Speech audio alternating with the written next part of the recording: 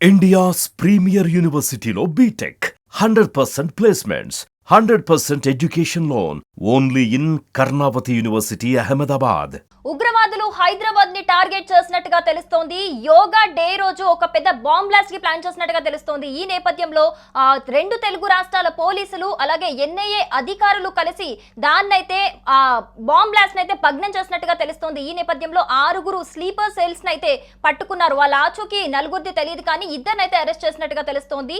విజయనగరంకు చెందిన సిరాజ్ అలాగే బోయగూడకు చెందిన సమీర్ ను ఇప్పటికే పోలీసులు అరెస్ట్ చేశారు. మరి ఈ నేపథ్యంలో ఒక్కసారి సమీర్ ఇంటి చుట్టుపక్కల అంటే మన మధ్య ఉంటున్న ఒక నార్మల్ నేబర్ ఒక్కసారిగా ఉగ్రవాది అని తెలియగానే ఆ చుట్టుపక్కల ఉన్న జనాలు కూడా ఆందోళన చెందుతున్నారు. మరి ఒక్కసారి చూద్దాం సమీర్ ఇంటి దగ్గర సిచ్యువేషన్ ఎలా ఉంది, అక్కడ వాతావరణం ఎలా ఉంది అనేది ఫుల్ డీటెయిల్స్ మనకి ప్రేమ్ లైవ్ లో అందిస్తారు. ప్రేమ్, సో సమీర్ ఇంటి దగ్గర పరిస్థితి ఎలా ఉంది, అక్కడ వాతావరణం గురించి అప్డేట్స్ ఎలా ఉన్నాయి?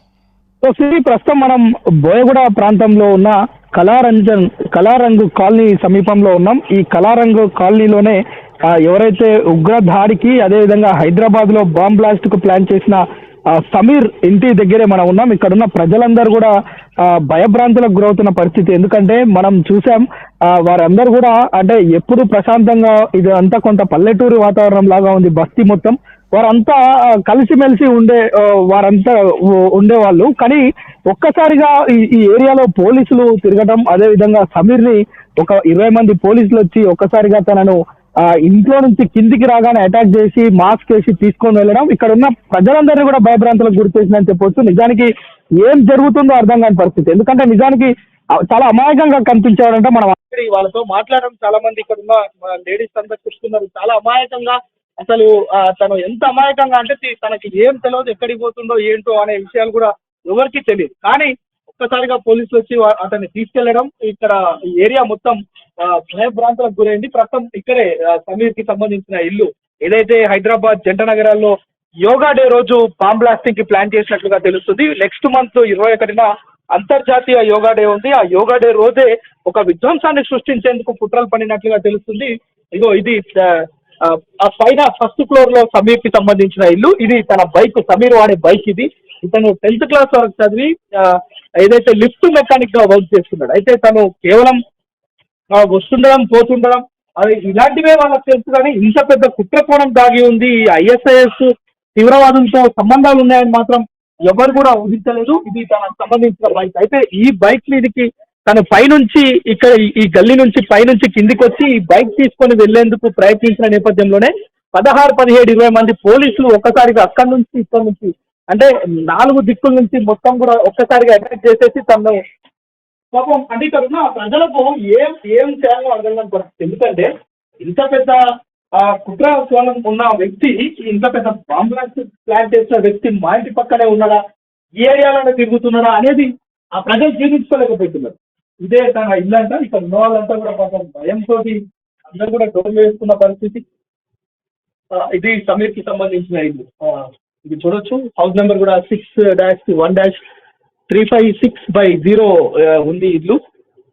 అయితే ఈ పైకి ఎవరెవరో వస్తుంటారంట, ఈ ఇంట్లోనే మీటింగ్ అవుతుంటారంట. అసలు ఎందుకు వస్తున్నారో ఎవరు వస్తున్నారో అర్థం కాని పరిస్థితి. పక్కన వాళ్ళంతా భయంతో చాలా వేస్తున్న పరిస్థితి. ఇక్కడికి వస్తుంటారంట. అంటే ఓటీకి సంబంధించిన చాలా మంది ఇక్కడికి వస్తుంటారు పోతుంది. ఎందుకు వస్తుంటారో కూడా తెలియని పరిస్థితిలో వాళ్ళు అడిగితే గొడవ పెట్టుకోలేదంట. అందుకే ఈ పైకి కూడా వెళ్ళలేదంట. పైకి కూడా వెళ్తాం అంటే ఏమన్నా ఏంటి అన్న సామాగ్రి ఏమన్నా ఇక్కడ ఉన్న సేల్స్ పెట్టిండా చూద్దాం ఒకసారి. సో ఇది పైన పరిస్థితి. ఇక్కడ కూడా ఎవరో ఎంటుకుంటున్నట్టున్నారు. ఇక్కడ కూడా ఇదంతా కూడా అంటే ఎప్పుడో ఒకసారి పైకి వచ్చి మీటింగ్స్. సమీర్ ఎలా ఉండేవాళ్ళన్న మీతో? సమీర్ మాలు नीचे रहते हैं, मतलब उनके बारे में कुछ ज़्यादा पता नहीं है, कल ही पता चला। अच्छा, ओके, दिख रहा है? नहीं, क्या काम करते हो आप?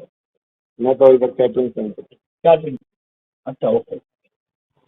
సో అంటే మన కింద కూడా చాలా మందికి చెప్పారు ఏంటంటే తను చాలా అమాయకంగా ఉండేవాడు, ఎవరితో మాట్లాడేవాడు కాదు, వస్తుంటాడు పోతుంటాడు. అయితే ఆ పక్కన ఫ్లాట్ అమ్మ చెప్పేది ఏంటంటే తను ఎవరెవరినో తీసుకొచ్చి పైకి తీసుకెళ్లేదట. ఎందుకు పైకి తీసుకెళ్ళావు అంటే చాలా అడ్డగా గొడవ పెట్టుకొని ఒక నెల రోజుల నుంచి మాట్లాడతలే. దీనికి సంబంధించి 2-3 సార్లు కూడా పోలీస్ స్టేషన్కి వెళ్ళి కంప్లైంట్లు ఇచ్చుకోవడం కూడా జరిగిందని చెప్తున్నారు. అయితే ఇది అంటే ఈ పెద్ద ఇల్లేం కాదు, చాలా చిన్న ఇల్లు. మరి ఇక్కడికే చాలా 10 మంది 15 మంది వచ్చేదంట ఒక్కోసారి. వాళ్ళ అమ్మ, వాళ్ళ అక్క, ఆ ముగ్గురు, వాళ్ళ అమ్మ అదేవిధంగా వాళ్ళ సిస్టర్ ముగ్గురు కూడా ఈ ఇంట్లోనే ఉండేవారు. వీరి కోసం అప్పుడప్పుడు చాలా మంది వస్తుండే వాళ్ళంట. అసలు ఎందుకు వస్తున్నారు అనేది మాత్రం ఎవరికి తెలియదు.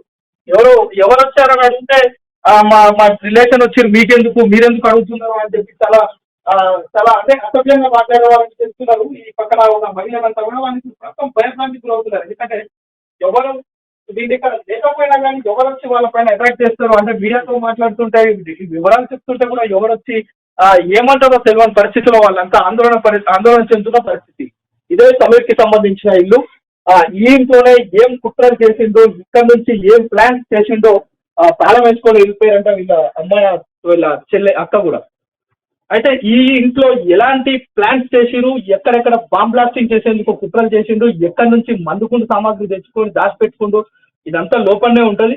ఇది మొత్తానికి సమీర్కి సంబంధించిన ఇంటి దగ్గర పరిస్థితి. మనం కింద కూడా ఇంతసేపు మాట్లాడడం, వాళ్ళు కూడా చాలా భయభ్రాంతులకు గురవుతున్న పరిస్థితి.